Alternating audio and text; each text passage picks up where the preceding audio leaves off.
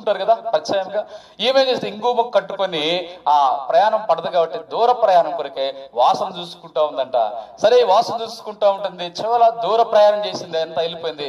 తీరా ఆడికి వెళ్ళిపోయిన తర్వాత ఆ చెంగును ఓడదీస్తే ఆ చెంగు మూటలో ఇంగు ముక్క మాత్రము లేదంట. ఆ ఇంగు ముక్క ఎక్కడో ఏమైపోయింది చెప్పండి, ఏమైంది? జారిపోయింది, పడిపోయింది. కానీ ఇంకో ముక్క ఉందనుకొని ఏం చేస్తుంటావా, మాటికి వస్త్రాన్ని వాసన చూసుకుంటా, నిమ్మకాయ వాసన చూసుకున్నట్టుగా ఈమె వాసన చూసుకుంటా ఉంది. కానీ ఇంకో ముక్క ఎప్పుడో జారిపోయింది.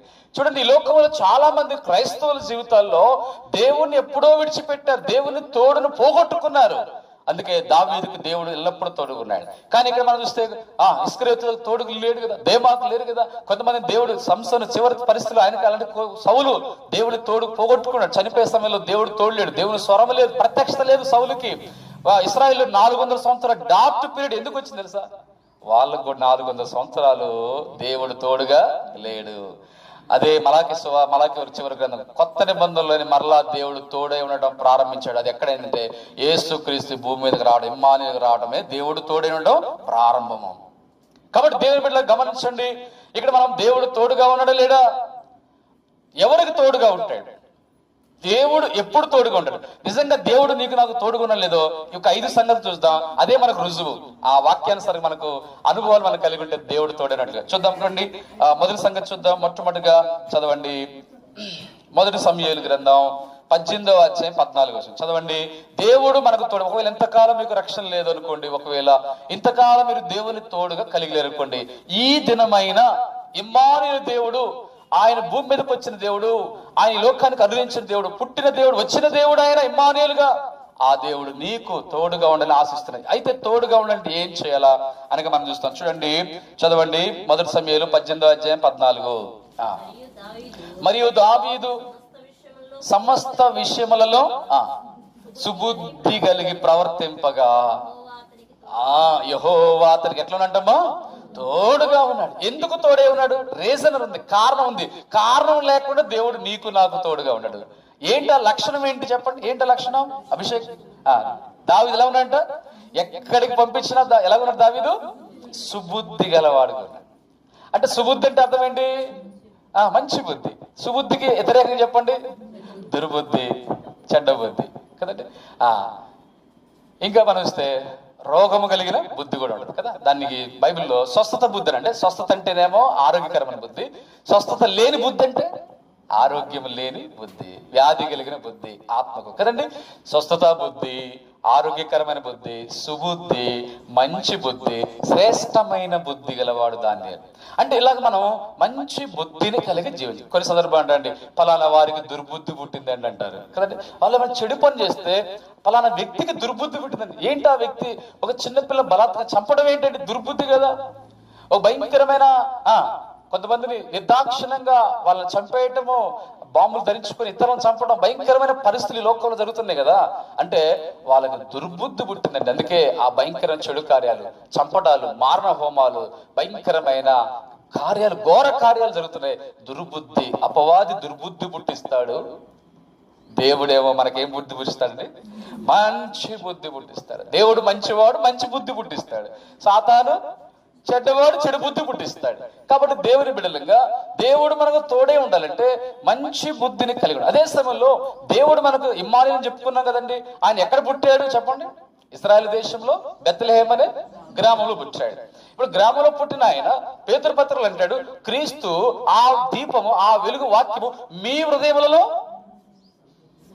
ఏం కలుగు, మీ హృదయములో పుట్టుట. అంటే యేసుక్రీస్తు ఎక్కడ పుట్టాలి చెప్పండి? మన హృదయంలో పుట్టాలి. రక్షించబడ్డ వారి హృదయాల్లో పుట్టాడు, ఓకే. ఇంకా రక్షణ లేకపోతే, మారు మనసు పొందకపోతే, పాపక్షమాపణ పొందకపోతే, బాప్తిస్మం పొందకపోతే యేసుక్రీస్తు నీ హృదయంలో పుట్టలా. కానీ ఎక్కడ పుట్టాడంటే బెత్లెహేములో పుట్టాడు. అర్థమవుతుందమ్మా? బెత్లెహేములో ఎక్కడో పుట్టాడు. మరి నీ హృదయంలో పుడితేనేగా నీకు మేలు, నీ కార్యాలు జరిగేది, ప్రతిఫలం ఉండేది. కనుక యేసుక్రీస్తుడు అక్కడ పుడితే, ఇప్పుడు చూడండి, మనకు ఒక విలువైన వస్తువు ఎక్కడో ఉంది, ఆ వస్తువును మనం తీసుకోవట్లేదు, దాన్ని అనుభవించట్లేదు, ఉంది కానీ దానివల్ల ప్రయోజనం లేదు కదా. ఆ వస్తువును మనం తీసుకొని, మనం స్వతంత్రించుకొని దాన్ని అనుభవించినప్పుడు, ఒక ఆహారం ఉంది, ఎక్కడో అక్కడ ఉంది ఆహారం, చూస్తున్నాం, కళ్ళతో చూస్తున్నాం, చెవులతో వినం కదా, చూస్తాం, ముక్కుతో వాసన చూస్తాం. ఆహారం ఉంది. కానీ మనము అది మనం అనుభవించలేం. ఎప్పుడు దాని దగ్గరకన్నా వెళ్ళాలి, ఆహారం మన దగ్గరకన్నా రావాలి, దాన్ని కలుపుకొని మనం తినాలి. అప్పుడు మనకు ఆకలి తీర్చబడుతుంది, తృప్తిపరచబడతాం. యేసుక్రీస్తు కూడా అంతే. అందుకే యెహోవా ఉత్తముడని ఆయన మీరు రుచి చూచి తెలుసుకోండి. రుచి చూసామా? క్రీస్తు మనలో పుట్టాడా? మారు మనసు పొందితే, రక్షించబడితే హృదయంలో పుట్టినట్టు. రక్షణ లేకపోతే క్రీస్తు ఇంకా బయట ఉన్నట్టే. కాబట్టి మనం క్రీస్తు మన హృదయంలో పుట్టాలి, బెత్లెహేములో కాదు. క్రీస్తు ఎక్కడో కాదు, హృదయంలో పుట్టాలి. క్రీస్తు మనలో ఉండాలి. హృదయంలో పుట్టడమే నిజమైన క్రిస్మస్. అర్థమైందండి? నిజమైన క్రిస్మస్ అంటే అర్థం ఏంటి? యేసుక్రీస్తు ఎవరి హృదయంలో పుట్టారు కదా, మన ప్రతి ఒక్కరి హృదయంలో పుట్టడమే నిజమైన క్రిస్మస్. ఒకవేళ యేసుక్రీస్తు హృదయంలో పుట్టలేదు, ఎన్నో పండుగలు చేసాం, ఎన్నో డెకరేషన్లు, మైక్ సిస్టమ్, బట్టలు, డెకరేషన్, డమ్డూములు, ఎన్నో ఆహారము, బిర్యానీ, దమ్ బిర్యానీ, చికెన్ బిర్యానీ, ఎన్నెన్నో చేసాం. కానీ యేసుక్రీస్తు మాత్రం హృదయంలో పుట్టల. అవన్నీ మొత్తం ఏమై వ్యర్థం, వేస్ట్, మొత్తం వ్యర్థం. అంటే యేసుక్రీస్తు పుట్టకుండా ఏమైనా చెయ్యి, ఎన్ని కోట్లే ఖర్చు పెట్టు, వ్యర్థం అంటే యేసుక్రీస్తు ఎక్కడ పుట్టాలంటే ఆ రక్షకుడు నీ హృదయంలో, నా హృదయంలో, మన హృదయంలో పుట్టాలి. ప్రియులారా, ఇంకా యేసుక్రీస్తు పుట్టకపోతే ఎలా పుడతాడంటే, యేసు ప్రభువా నేను పాపిని, నా పాపాలు క్షమించి, ఈ లోకానికి రక్షకుడు ఇమ్మానుయేలుగా వచ్చావు, నన్ను రక్షించు, నా జీవితాన్ని మార్చు, నా హృదయంలోకి రాని ప్రభువుని, హృదయ తలుపులు తెరిచి ప్రభువుని ఆహ్వానిస్తారు. వీరింటి వారు ఆహ్వానించారు, మనల్ని ఆహ్వానిస్తూ వచ్చారు.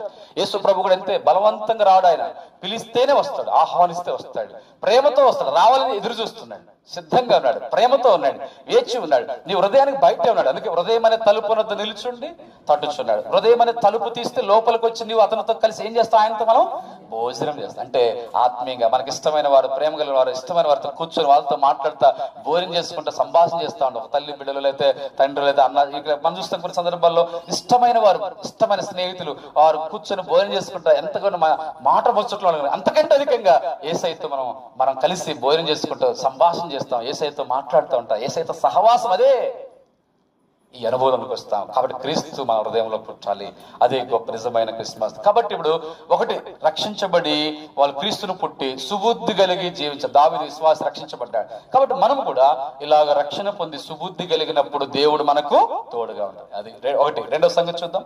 రెండోదిగా దేవుడు తోడే ఉండాలంటే చదవండి, యోహాను సువార్త 8వ అధ్యాయం 29వ వచనం. యోహాను సువార్త చదవండి. రెండవ సంగతి యోహాను సువార్త 8వ అధ్యాయం 29వ వచనం. దేవుడు మనకు తోడే ఉండాలంటే మనం ఏమి చేయాలి? ఎప్పుడు దేవుడు ఇమ్మానుయేలుగా, ఆయన నీకు నాకు వ్యక్తిగతంగా, కుటుంబాల్లో, సంఘంలో ఇమ్మానుయేలుగా ఉంటాడు. చదవండి రెండవది, యోహాను 8:29. నన్ను పంపినవాడు నాకు తోడై ఉన్నాడు, నాకు ఇష్టమైన, ఆయనకి ఇష్టమైన కార్యములు నేను ఎల్లప్పుడూ చేయదును గనుక ఆయన నన్ను ఒంటరిగా ఏం చేయలేదు, విడిచిపెట్టలేదంటే ఎట్లా ఉన్నాడు? దేవుడు తోడై ఉన్నాడు, అంతే కదా. విడిచిపెట్టలేదంటే తోడుగా ఉన్నాడు. ఎవరికి తోడుగా ఉన్నారు ఇక్కడ? ప్రభు అయిన యేసుక్రీస్తు వారికి తోడుగా. యేసుక్రీస్తు వారికే దేవుడు తండ్రిని దేవుడు తోడుగా ఉంటే అవసరం అయితే మానవ మాతృలమైన మనకెంత ఆయన తోడు అవసరమో ఆలోచించేయండి. యేసు ప్రభు వారు ఫిలిప్పీ 2వ అధ్యాయంలో ఆయన దేవునితో సమానుడై ఉన్నాడు. దేవుల్లో రెండవ భాగం. మనం మనుషులం, మనం దేవుళ్ళము కాదు. దేవుడు ఒక్కడే. యేసుక్రీస్తు వారు దేవుడై ఉన్నాడు, మనం మనుషులు, మానవులమై ఉన్నాం. అయితే యేసు ప్రభు వారు దేవుడై ఉండి భూమి మీదకు మానవాకు, అందుకే ఆయన 100% దేవుడు, 100%, 100% దేవుడు, 100% సంపూర్ణమైన మానవుడు. అందుకే పిలాతు అంటాడు, రోమా గవర్నర్ ఏమన్నాడు, ఇదిగో ఈ మనుష్యుడు అన్నాడు. ఆ పెద్ద అక్షరాలతో మాట రాయబడింది, పెద్ద అక్షరాలు, లెటర్లు. అంటే ఆయన సంపూర్ణంగా దేవుడు ఆయనే, 100% సంపూర్ణంగా 100% మానవుడు ఆయనే. మనకు రక్షణ పొందని స్థితిలో మానవులు ఎలాగున్నా ఉంటే దేవుళ్ళు 0, దేవుడు మనం కాదు, ఎప్పుడు కాము. మానవులు కూడా మనలో కూడా ఏమైంది? మానవత్వం మంట కలిసిపోయింది అంటారు. అంటే మానవత్వం లేకుండా పోయింది. అంటే మనుషుడి మానవత్వం లేదు, కోల్పోయింది. అంటే మనం కనీసం సంపూర్ణంగా మనుషులు కూడా మనం కాదు. మరి మనుషులు కాబట్టి ఎవరు అంటారా? అంటే మానవత్వం, అది అర్థం చేసుకోండి. అంటే మానవత్వం ఏమొచ్చింది? పశువత్వం వచ్చింది, దుష్టత్వం వచ్చింది, మృగతత్వం వచ్చింది. అందుకే పేపర్ల వార్తలు ఏమంటారు? మనుషులు ఏమంటారు?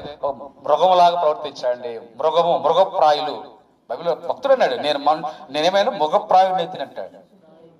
మృగప్రాయుడు, మృగప్రాయుడు రెండు, మృగం కూడా. పశుప్రాయుడు, మృగప్రాయుడు. అర్థమైందా? కాబట్టి ఇంకా చూస్తే సాతాను స్వభావం కలిగిన ప్రాయుడు అయిపోయాడు, దుష్ట సంబంధిగా అయిపోయినాడు. మనకు మానవత్వం పోయింది. అయితే తిరిగి మానవత్వం రావాలంటే దేవుడు దైవత్వాన్ని విడిచి మానవ సంపూర్ణ అయ్యాడు. అందుకే కోతి భాష కోతికి అర్థమైంది, కాకి భాష కాకి అర్థమైంది, పక్షుల భాష పక్షికి అర్థమైంది. మనం ఎవరో మనుషులం కనుక ఇప్పుడు దేవుడు ఏం చేయాల్సి వచ్చింది? మనుషుల కొరకు మనిషిగా ఈ లోకానికి రావాల్సి వచ్చింది. అది ఇప్పుడు మనిషిగా వచ్చి అసలు మానవత్వం అంటే ఏంటి ఇలాగని చెప్పేసి ఆయన మనకు రోల్ మోడల్ చూపించాడు. అసలు మనిషి అంటే ఇలా ఉండాలని చెప్పేసి దేవుడు అంటే ఆయన దగ్గర నేర్చుకోవాలా, మనిషి అంటే కూడా ఆయన దగ్గరే మనం నేర్చుకోవాలి. మనిషి అంటే ఇలా ఉండాలి అని మానవత్వాన్ని కూడా నేర్పడం. అందుకే మన వంటి వాడు రక్త మాంసం కలిగిన వాడు మనలాంటి స్వభావం అయితే మనలాగా ఉన్నాడు, కానీ పాపం మాత్రం ఆయన చేయలేదు. అది ఆయన ప్రత్యేకత. కాబట్టి గమనించండి. రెండోది మనం చూస్తే పరిశుద్ధ గ్రంథంలో యేసుక్రీస్తు వారికే తండ్రి దేవుడు తోడై ఉండట అవసరమైతే నీకు నాకు ఎంతగా దేవుడు తోడై ఉండాలో ఆలోచించాను. అందుకే దేవుడు తోడై ఉండాలంటే యేసు ప్రభువు ఏం చేశాడంట? తండ్రికి ఎప్పుడు చేశాడంట? ఎప్పుడు చేశాడు? ఇష్టమని ఎల్లప్పుడూ చెప్పాలంటే ఆయన పుట్టిన దాటి నుంచి 33 సంవత్సరాలు యేసు ప్రభువు భూమి మీద ఉన్నారు. చనిపోయేంత వరకు కూడా యేసు ప్రభువు తండ్రికి ఎల్లప్పుడూ, అంటే మనం కూడా భూమి మీద రక్షణ పొందిన కాడి నుంచి చనిపోయేంత వరకు కూడా తండ్రికి మనం ఎల్లప్పుడూ ఇష్టమైన కార్యాలు చేయాలి. అంటే ఎవరికి ఇష్టమైన కార్యాలు చెప్పండి? తండ్రికి ఇష్టం. తండ్రి అంటే ఎవరు? దేవుడు. అంటే దేవునికి ఇష్టమైన కార్యాలు మనము చేయాలి. మనం చేస్తున్నామా? దేవుడు తోడుకుంటాడు. చేయట్లేదా? దేవుడు తోడు పోగొట్టుకుంటాం. కాబట్టి ప్రియమైన వాళ్ళరా, యేసుక్రీస్తు వారి తండ్రి దేవుడు తోడే, ఇమ్మానుయేలు దేవుడు తోడే ఉండట.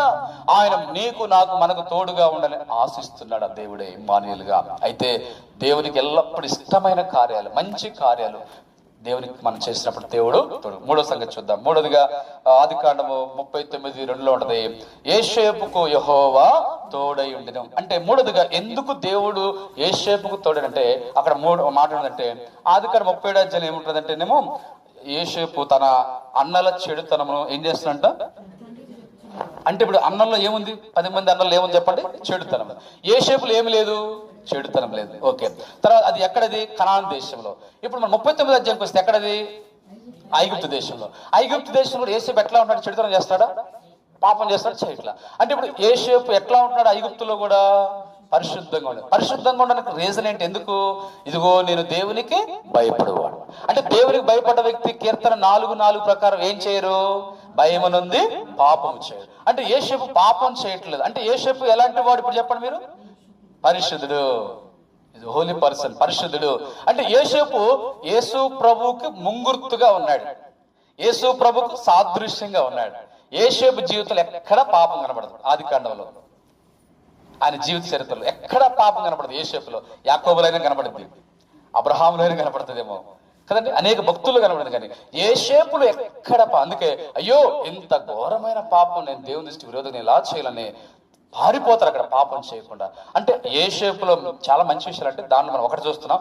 మెయిన్ లక్షణం అంటే క్యారెక్టర్. యోసేపు జీవితం పరిశుద్ధుడు. అందుకే దేవుడు ఎట్లా చెప్పండి? దేవుడు తోడుగా ఉన్నాడు. పరిశుద్ధులకు దేవుడు తోడుగా ఉంటాడు. కాబట్టి సొంత దేశం కనాన్లో పరిశుద్ధంగా ఉన్నాడు.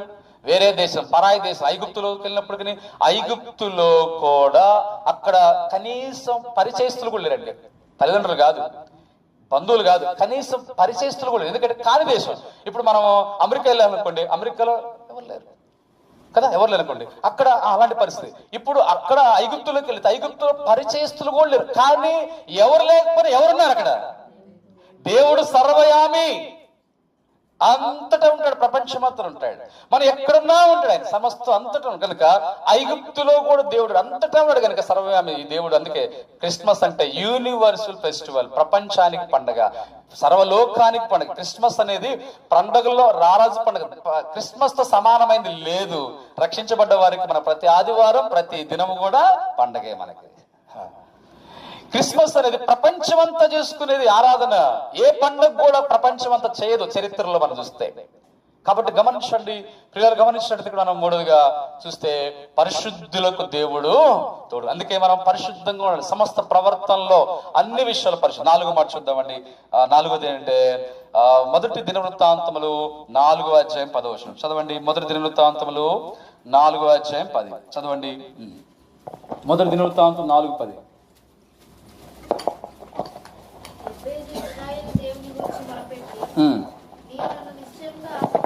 నీవు నన్ను నిశ్చయముగా ఆశీర్వదించి నా సరిహద్దును విశాలపరిచి కావాలి. నీ చెయ్యి నాకు ఎలా ఉండాలంటండి?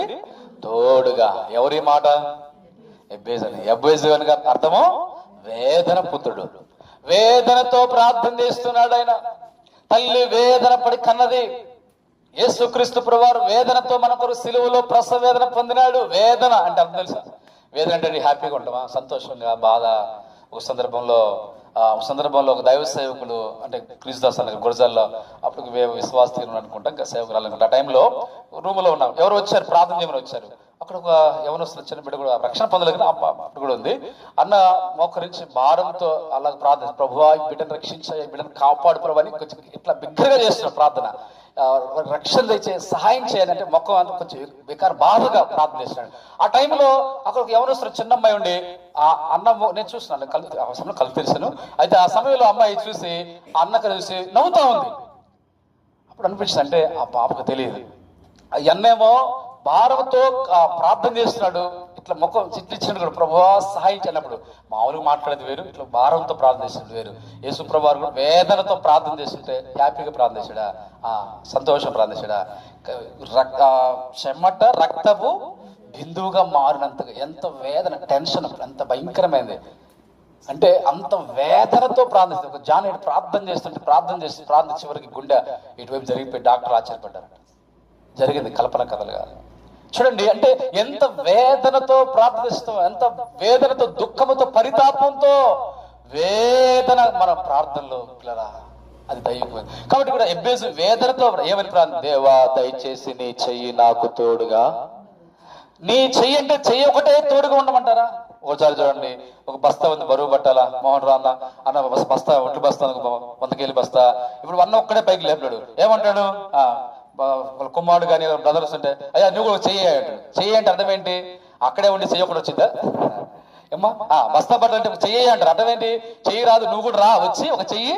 ఇద్దరు చేస్తే పైకి, భర్త ఏమైతే పైకి, బరువు పైకి లేచి. అట్లాగనే చెయ్యి ఒకటి రాదు, అబ్బాయి వస్తాడు తండ్రి తోడుగా చెయ్యేస్తాడు. అట్లనే మనం ఇక్కడ ఎబ్బేసి విషయంలో దేవాని చెయ్యి నాకు తోడుగా ఉండదు దయచేయమంటే ఒక్క చెయ్యి రావడం కాదు, మెనమెట్టెకిలు రాసినట్టు అట్లా కాదు, కానీ దేవుడే మనకు తోడుగా వస్తాడు.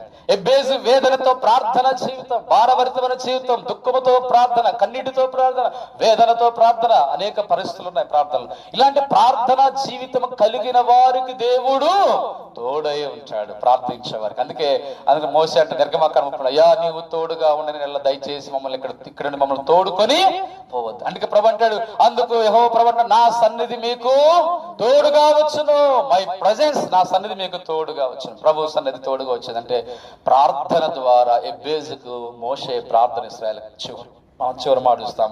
సామెతలు 3:32 చివరి మాట చదువుకొని మనం ప్రార్థన చేసుకోవచ్చు. చివరిగా పరిశుద్ధ గ్రంథంలో నుండి సామెతల గ్రంథం 3వ అధ్యాయం చదవండి. చివరిగా 3వ అధ్యాయం 32వ వచనం. కుటిలవర్తనుడు యెహోవాకు అసహ్యుడు.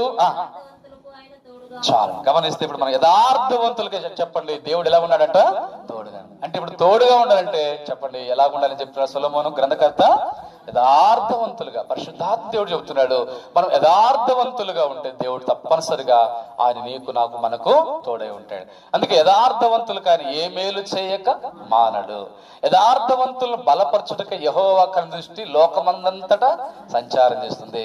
యథార్థవంతుల విషయంలో దేవుడు అంట సింహం పిల్లైనా ఆకలి కదా, కానీ ఆయనకి ఏ మేలు చేయక మన యథార్థవంతులు మేలు చేస్తాడు. అంతేకాదు యథార్థవంతులకు ప్రార్థన ఆయనకు ఆనందకరం. యథార్థవంతులకు దేవుడు గొప్ప కార్యాలు, చీకట్లో వెలుగుపడుతుంది యథార్థవంతులకి. దేవుని ప్రజలారా, యథార్థవంతులకు ఆయన తప్పనిసరిగా, మన దేవుడు యథార్థవంతుడు. ఎలాంటి దేవుడు చెప్పండి? యెహోవా యథార్థవంతుడు, ఆయన వాక్యం యథార్థమైంది, ఆయన మాట యథార్థమైంది, హానెస్ట్ గా. కనుక దేవుని వాక్కు యథార్థవంతుడు దేవుడు యథార్థవంతుడుగా మనకు తోడుగా ఉంటాడు. యథార్థవంతులకు తోడుగా ఉంటాడు. ప్రభువు తోడే ఉంటే ఎన్నో కార్యాలు, దేవుడు తోడే ఉంటే మేలు, దేవుడు తోడే ఉంటే కార్యాలు ఉన్నాయి, దేవుడి ద్వారా ఎన్నో మనకు ఆశీర్వాదాలు ఉన్నాయి. ఇప్పుడు చెప్పండి, దేవుడు ఎవరికి తోడే ఉంటాడంట? రక్షణ పొంది దావీదు వలె సుబుద్ధి కలిగి జీవించిన వారికి. ఒకటి, దేవుడు తోడే ఉండాలంటే మనం మొట్టమొదటిగా క్రీస్తు మనలో పుట్టాలి, రక్షణ పొంది సుబుద్ధి కలిగి మనం జీవించాలి. సుబుద్ధి, మంచి బుద్ధి కలిగి జీవించాలి. నెంబర్ 2, రెండోది, దేవుడు తోడుగా ఉండాలంటే ఏం చేయాలమ్మా? ఆయనకి ఇష్టమని యేసుక్రీస్తు వారి తండ్రికి ఎల్లప్పుడూ ఇష్టమైన కనుక మనం కూడా ఎల్లప్పుడూ ఇష్టమే చేస్తూ ఉంటే కొన్ని కష్టాలు వచ్చినా, కొన్ని ఇబ్బందులు వచ్చినా, దుఃఖం వచ్చినా, వ్యాధులు వచ్చినా, బాధలు వచ్చినా, ఏ పరిస్థితి వచ్చినా గిద్దెని అంటాడు గాను చాటున మరి మిద్యాని వాళ్ళు భయపడి గాను చాటున ఏం చేస్తాడంట గోధుమలు దొల్లగొట్టుకుంటున్నాడు. గాను కొట్టది గాను చాటు దాక్కుని శత్రువులు వచ్చి దోచుకుని పోతున్నారు. అయితే అప్పుడు దేవదూత వచ్చి అంటది పరాక్రమ గల బలాఢ్యుడా యెహోవా నాకు తోడే ఉంటే మాకు ఈ పరిస్థితి, మాకు ఇలా ఈ పరిస్థితి పట్టిద్దా, మాకు తోడే ఉంటే ఆయన అంటాడు. ఆయన మాకు దేవుడు తోడే ఉంటే ఏంది మా పంట అంతా దోచుకొని పోతున్నా, అదే దేవుడు తోడే ఉంటామంటే. నేను భయపడి గాను చాటు దాక్కున్నాను, ఇదేనా మాకు తోడే ఉంటామంటే. మాకు కలిగిన పంట అంతా బాగా రాగానే వాళ్ళు వచ్చి తీసుకుని పోతారు. చివరికి మాకు ఏమి ఉండదు, చెత్తే మిగులుతుంది, గడ్డే మిగులుతుంది, పంట మిగలదు, ఆహారం లేదు, సరైన ఏమీ లేవు. యెహోవా మాకు తోడే ఉంటే ఇదేంటయ్యా పరిస్థితి ఎవరన్నారన్నమాట గిద్యోను. అయితే ప్రభు అన్నది వాస్తవం కాదంటారా? దేవుడి మాట అబద్ధమా నిజమంటారా? దేవదూత చెప్పింది అబద్ధం చెప్పిందా నిజం చెప్పిందంటారా? దేవుడు తోడే ఉన్నాడు. కాకపోతే వాళ్ళే అప్పుడప్పుడు దేవునికి దూరం అయిపోయి పాపాన్ని బట్టి అతిక్రమట్టి మరలా దోషులు కాగా దేవుడు వారికి శిక్షకు అప్పగించాడు. అంతేగాని దేవుడు పూర్తిగా విడిచిపెట్టలే. ఆయన పూర్తిగా విడిచిపెట్టలే. కొన్ని సందర్భాలు శిక్షకు ఆయన అప్పగిస్తాడు దోషాలను బట్టి. అయితే మరలా దేవుడు గిద్యోను తోడుగుండి గిద్యోనుకు తోడే ఉండి పరాక్రమం గలవాడని చెప్పేసి ఇశ్రాయేలుకు రక్షకుడుగా, ఇశ్రాయేలుకు న్యాయాధిపతిగా ఉండి దేవుడు గొప్ప కార్యాలు జరిగించి ఏ శత్రువులైతే ఆ శత్రువులందో తొలగించి వేసి అద్భుతంగా విజయం ఇచ్చి గిద్యోను నాయకత్వంలో దేవుడు గొప్ప కార్యాలు, దేవుడు మేలు ఆశీర్వాదాలు చేశాడు. అలాంటి దేవుడు మనకు కూడా తోడుగుండాలని ఆశిస్తున్నాడు. కనుక ఒకవేళ కొన్ని పరిస్థితులు సంభవించినా మాకు దేవుడు తోడు లేడని అనుకోకూడదు. దేవుడు తోడుగా ఉన్నాడు. మరలా ప్రభు మనకు సహాయం చేస్తాడు, మనకు విజయం ఇస్తాడు, కార్యాలు చేస్తాడు, మేలు చేస్తాడు. అలాగే దేవుడు తోడుగా మనం కలిగి ఉన్న జీవితం. రెండు సంగతులు మనం ధ్యానం చేస్తాం. మన దేవుని పేరు యేసుక్రీస్తు వారి పేరు ఏంటంట ఇమ్మానుయేల్, దేవుడు తోడై ఉంట. దేవుడు తోడై ఉంటే మొదటి సంగతులు మనం చూస్తున్నాం ఆశీర్వాదము, కాపుదల, దేవుని కార్యాలు మనం చూసాం. రెండో విషయం మనం చూసాము దేవుడు తోడుగా ఉండాలంటే మనం సుబుద్ధి కలిగి జీవించాలి. ఆయనకి ఎల్లప్పుడు రెండోది ఆయనకి ఇష్టమైన కార్యాలు. మూడోది ఏం చేయాలి చెప్పండి? మూడు లక్షణం ఏ షేపు వల్లే పరిశుద్ధంగా మనం జీవించాలి. అపవిత్రత, లోకం మాలిన పాపము, చెడు సందర్భాలు, చోట్సేయి, వినేయి, తినేయి, త్రాగేవి మనల్ని అపవిత్రపరచుకోకూడదు. లోకమంతా మలినం, లోకమంతా మురికి, కోపం, అపవిత్రమైన పరిస్థితి. ఈ లోకములో మనం పవిత్రంగా పరిశుద్ధంగా దినదినం మనసు నొచ్చుకుంటూ జీవించాలి లోతు.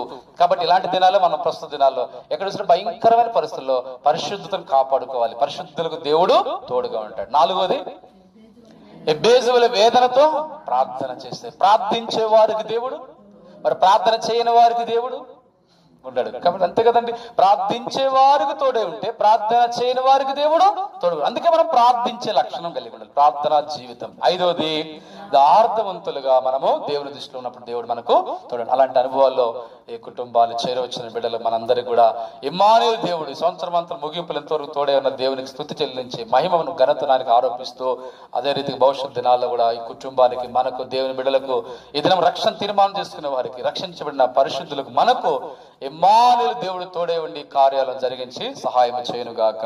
ఆమేన్. మంచిది.